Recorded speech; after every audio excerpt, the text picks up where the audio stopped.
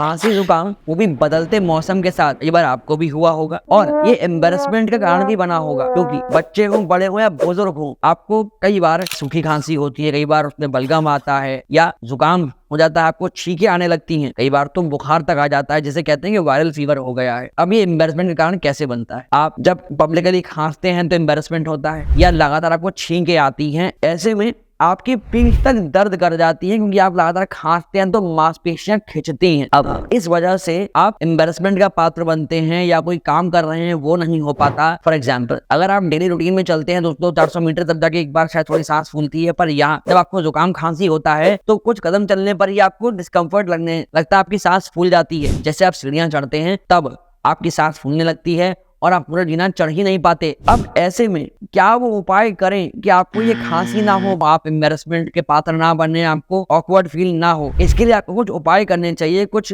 कदम उठाने चाहिए। वो कदम क्या हो सकते हैं, वो उपाय क्या हो सकते हैं जो आप अपना कर इन सबसे दूर रह सकते हैं, घर आप आ सकते हैं। इसलिए आप आज का वीडियो अंत तक ध्यान से देखेंगे, समझ के इन सारे फॉर्मुलेशंस को, सारे प्रिकॉशंस को अपनाएंगे, जिससे नेक्स्ट टाइम जब भी मौसम बदले आपको या घर में किसी भी बच्चे को आपके ऐसी समस्या ना होने पाए, उन्हें जुकाम ना होने पाए। इसलिए इस वीडियो को अंत तक देखेंगे, ये वीडियो बहुत काम का होने वाला है। और अपने चैनल को सब्सक्राइब अभी कर लेंगे। मैं हूँ आपका physiotherapist, nutritionist doctor Abhinav Chaturvedi, Rooprani health care, Shastripuram road, Agra से। अब जब भी मौसम बदले तो एक काम तो आपको करना ही है, नियमित तौर पर आपको रोज सुबह उठकर 1 गिलास गुनगुने पानी का सेवन अवश्य से करना है। अब आप कहोगे कि सर ये तो आप बताते हैं बॉडी को डिटॉक्स करने के लिए, तो ये जो गुनगुने पानी का 1 गिलास है ना, ये सिर्फ ऐसा नहीं है कि आपकी बॉडी की डिटॉक्सिफिकेशन के लिए इंपॉर्टेंट है या आपके डाइजेशन के लिए। आप जब ये पानी पीते हैं तो ये आपके मुंह से शुरू होता है, खाने की नली में होता हुआ आपके पेट तक जाता है, सबकी सिकाई करता है। इसीलिए ये गुनगुना पानी आपको पीना चाहिए। इसके बाद अब जानते हैं एक आयुर्वेदिक दवा कह लो, जो आप कहना चाहते हो वो आप समझ लें। इसके लिए आपको लेना है 1 गिलास पानी, अदरक, तुलसी, गिलोय का जूस, काली मिर्च। आप उस 1 गिलास पानी को एक पैन में रख दें गर्म होने के लिए लो फ्लेम पर। इसके बाद आप आधी चम्मच अदरक ले लें, 1/4 चम्मच आप हल्दी ले लें, इसको डाल दें उस पानी के अंदर। 4-5 काली मिर्च को पीस कर डाल दें उस पानी के अंदर। 1 चम्मच गिलोय का जूस, 7-8 तुलसी के पत्ते डाल दें और इसको अब ढक दें बॉईल होने के लिए। ढकना इसलिए आवश्यक है क्योंकि इसका जो एसेंस है ये उस मिक्स के अंदर रहना चाहिए, वाष्प बन के उड़ नहीं जाए, इसलिए उसे ढक देंगे। इसे पकाइए धीमी आंच पर 1/4 होने तक। लगभग 15 से 20 मिनट में ये 1/4 रह जाएगा। फिर इसे गैस से उतार लीजिए। इसके ठंडा होने के बाद आप इसमें आधा नींबू और 1 चम्मच शहद को मिलाएंगे और तब इसका सेवन करना है। और इसके बेस्ट फायदे को अगर आप चाहते हैं कि इस एक्सट्रैक्ट आपको मैक्सिमम बेनिफिट मिले, तो उसके लिए आपको अगले 45 मिनट तक कुछ और नहीं खाना है, ना ही पीना है। इस एक्सट्रैक्ट को अपना काम करने दीजिए।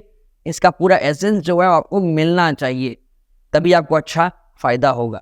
मैं आशा करता हूं कि आपको ये एक्सट्रैक्ट कैसे बनाना है समझ आ गया होगा। आया हो तो इस वीडियो को भी लाइक अवश्य कर दीजिए। जो नेक्स्ट आपको आयुर्वेदिक मेडिसिन प्रिपेयर करनी है, उसके लिए आपको सबसे पहले चाहिए काली मिर्च, काला नमक। काली मिर्च के अंदर एक्सपेक्टरेंट प्रॉपर्टीज होती हैं, अर्थात आपका जो अगर बलगम बन रहा है तो उसको बाहर निकालने में हेल्प करेगी। जो काला नमक होता है, ये सूखी खांसी हो आपको या बलगम आ रहा हो, दोनों में ही आप इसका इस्तेमाल कर सकते हैं। काले नमक की जो प्रॉपर्टीज हैं वो आपके जो ब्रोंकाई होते हैं, जो आपकी सांस की नलियां हैं, उन्हें रिलैक्स करने का काम करती हैं, जिससे जो गैसेस एक्सचेंज है वो थोड़ा बेटर हो पाता है, आपको ऑक्सीजन अच्छी मिलती है, आपकी बॉडी ऑक्सीजन डिमांड पूरी हो पाती है, जिससे आपको थकान नहीं होती। नहीं तो कई बार क्या होता है ना, आपने देखा होगा लंबी जब खांसी आती है तो एकदम सांस फूल जाती है, बॉडी में ऑक्सीजन की कमी हो जाती है। तो काला नमक इस समस्या को रिलैक्स करने में आपकी हेल्प करेगा। नेक्स्ट आपको जो चाहिए वो है अदरक। साथ में आपको चाहिए छोटी इलायची, जिसे हरी इलायची कहते हैं, और आपको चाहिए थोड़ी सी अजवाइन। जो अदरक है वो एंटी इंफ्लेमेटरी प्रॉपर्टीज रखती है। हमने कई वीडियोज में बताया है इसके बारे में कि क्या बेनिफिट अदरक के होते हैं। इसके अलावा अदरक सूजन में काम आती है, साइनसाइटिस की समस्या में हेल्प करती है, आपके जुकाम को, खांसी को कम करने में भी बहुत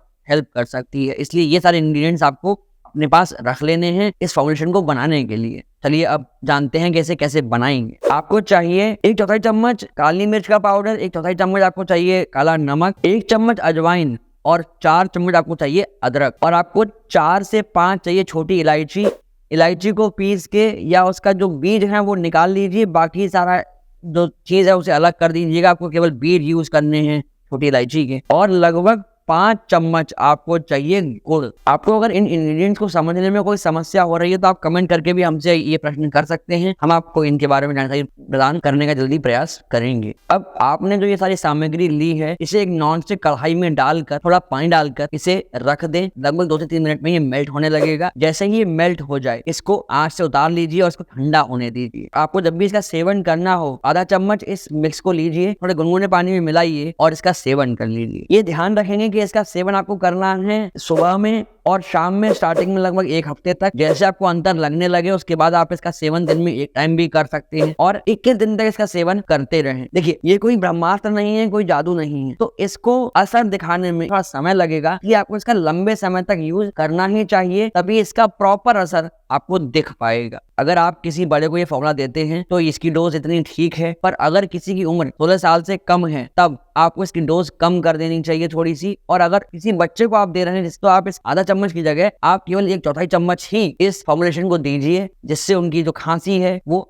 धीमे धीमे ठीक होती चली जाए। आशा करते हैं आपको ये सब चीज समझ आ गई होगी कि आपको इस फॉर्मुलेशन को कैसे बनाना है। अगर अब भी आपको कोई दुविधा है तो आप हमसे 1-to-1 अपॉइंटमेंट के लिए कॉल कर सकते हैं नीचे दिए गए नंबर्स पे। इसके अलावा कई लोग कहते हैं कि आपको स्टीम लेनी चाहिए अगर आपको खांसी जुकाम हो रहा है, पर स्टीम लेने का एक्चुअल सही तरीका क्या है? इसके लिए आप एक टॉवल लें, अपने सर पे से टॉवल को ढक लें आगे भगोने तक, थोड़ी देर स्टीम लें, फिर थोड़ा रुक जाएं और नॉर्मल सांस लें। क्योंकि अगर आप लगातार स्टीम लेते हैं तो इससे संभवतः आपका गला जल सकता है। अब इसके साथ साथ आप चाय का सेवन कर सकते हैं। यहाँ हम जो चाय की बात कर रहे हैं वो एक काढ़े के रूप में हो सकती है, जैसे हमने आपको अभी फॉर्मुलेशंस बताए, या वो नॉर्मल टी हो सकती है पत्ती वाली, पर आपको उसमें अदरक तुलसी तो मिलानी ही है और उसमें दूध बिल्कुल यूज ना करें। बट फिर भी अगर इसके बारे में आप जानना चाहते हैं डिटेल से कि क्या बेस्ट चाय आप यूज कर सकते हैं अपने इस समस्या के लिए, खांसी जुकाम के लिए, उसका लिंक हमने आई कार्ड में छोड़ा है। इस वीडियो को खत्म करने के बाद उस आई कार्ड वाली वीडियो को भी जाकर अवश्य देखिए। कुछ महत्वपूर्ण बातें ऐसी हैं जिनका आपको प्रिकॉशनरी ध्यान रखना चाहिए और इनको अपने जीवन में अमल में लाना चाहिए। सबसे पहला, आपको रूटीन से एक्सरसाइज करनी चाहिए। क्यों? क्योंकि जब आप एक्सरसाइज करते हैं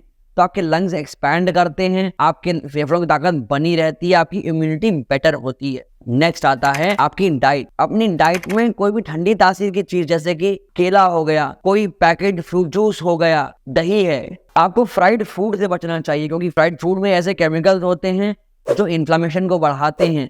ऐसे ही आपको शुगर से बचना चाहिए। साथ में थोड़ी धूप लीजिए और आप लौंग रख सकते हैं अपने पास में और मुलैठी का यूज कर सकते हैं, बहुत ही हैंडी रहते हैं। आशा करते हैं आपको ये सारी बात समझ आई होगी, अच्छी लगी होगी।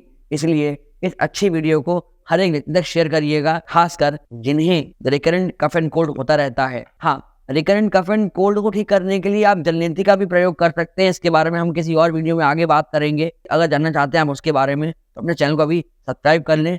तब तक के लिए आप हंसते रहिए, मुस्कुराते रहिए, अपनी नॉलेज को ऐसे ही बढ़ाते रहिए, क्योंकि जब आप होंगे हेल्दी तभी तो होगा हेल्दी भारत। अगर आप जानना चाहते हैं कि लौंग के क्या और मेडिसिनल फायदे होते हैं, वो जानने के लिए ये राइट वाला वीडियो जाकर देख लीजिए, और गुड़ के क्या फायदे हो सकते हैं, आपको बेनिफिट मिल सकते हैं, जानने के लिए ये लेफ्ट वाला वीडियो जाकर अभी देख लीजिए। आपको बहुत सारी जानकारी अच्छी प्राप्त हो जाएगी। धन्यवाद।